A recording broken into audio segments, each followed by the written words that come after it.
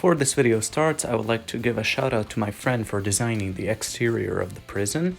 I asked him what type of shout out he wanted, and he stated that he didn't actually want one, but I cannot take credit for it because it was not my design, it is his design, so thank you. Pandora's Vault, the prison that began the creation of hundreds of prisons, each one claiming to be more secure and better than the previous one. However, although the prisons have become more secure and more difficult to escape, the problem is they are becoming much more difficult to build in survival, and they use so many glitches and unintended game mechanics. That's why, for this prison, I gave myself 3 criteria that I needed to fulfill. First, it had to have very high security measures. Second, it could not use any glitches or unintended game mechanics. And third, it had to be realistic to build in survival mode. Before I continue, I would like to show you the definition that I used for glitch in this video. So, I defined a glitch as something that could either not be explained through the game code or is just downright an unintended game mechanic. To some of you, this probably doesn't really mean much, so I think it would be best if I gave you an example.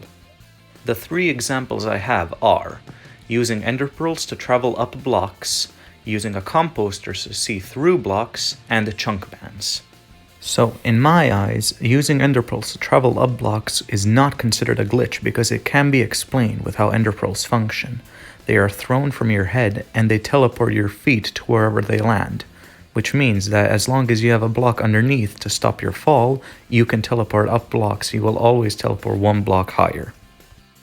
On the other hand, I would consider chunk bans as a glitch because although they can be explained through server behavior, banning players is only intended for server admins, not any player who just wants to ban people. And finally, using a composter to see through blocks is a glitch because there's no way to explain how sides of a composter, which are normally opaque, not only become transparent but make the blocks around them transparent as well. So, now that I have my criteria, I went ahead and created this. I called it the chunk border. If you're wondering why I called it that, it's because this prison, just like a chunk, goes from 0 to 255 on the y-axis. The first thing I'm going to show you is how the prisoner is brought inside the cell. It begins by the guard escorting the prisoner to a nether portal in the overworld. Once they get to the nether portal, the guard will place down a bed, the prisoner will set his spawn, and then the guard will manually kill check him for items. Once the prisoner respawns, the guard will break the bed and they will both travel through the nether portal. Once they go through, they will be in a trap portal inside the prison. The portal will deactivate and then reactivate so that they can go back through into the overworld link. Once they are through, the portal will close and they will be compressed in a 1x1 block. Then the tunnel underneath will start opening.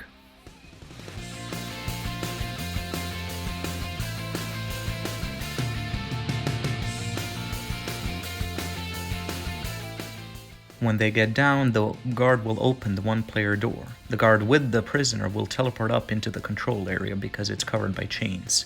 The 1-way door will close and open on the other side if there is 1 player on the pressure plate. If there are more players on the pressure plate, an alarm will sound.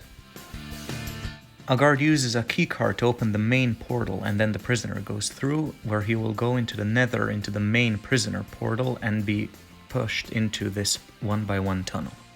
The blocks will retract, and then the prisoner will set his spawn on the respawn anchor, and then will be kill checked by suffocation.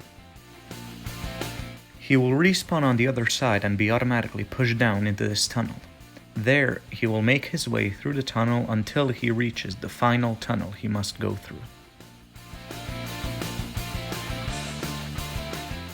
He will once again be compressed into a crawling position and the tunnel will slowly open, making his way through the tunnel and setting his spawn on the final respawn anchor at the end.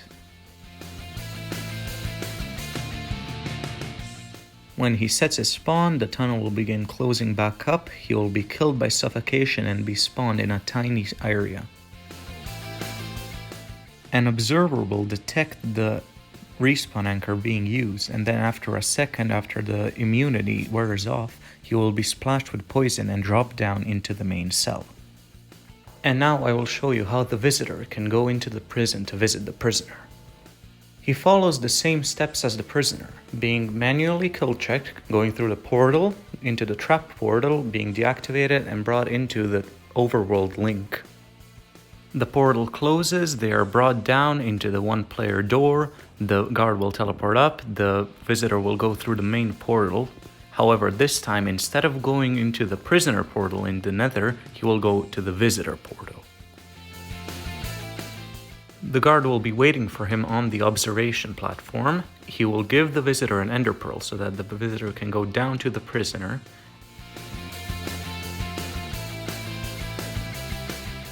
And once the visitor is done with the visiting process, he can just go into the lava and he will respawn back at the world spawn point. And now let's discuss the other security measures that prevent people from breaking into the prison. The walls, floor, and ceiling of the entire prison, as well as the overworld link, are filled with observers which can detect any break-in attempts. The bottom is also set up with pressure plates so that you cannot pearl in from below. There are 2 Elder Guardians in the overworld link to give mining fatigue to the prisoner and visitor. The most important actions require a keycard to open them, such as opening the main portal or opening the guard door to the observation area. If an observer is triggered, the alarm will sound and a redstone lamp will notify you if the intruder is below Y128. There are also 2 guardians near the main cell to give the prisoner and visitor mining fatigue so they can't break any blocks. After the layer of observers, the prison is layered with obsidian and lava.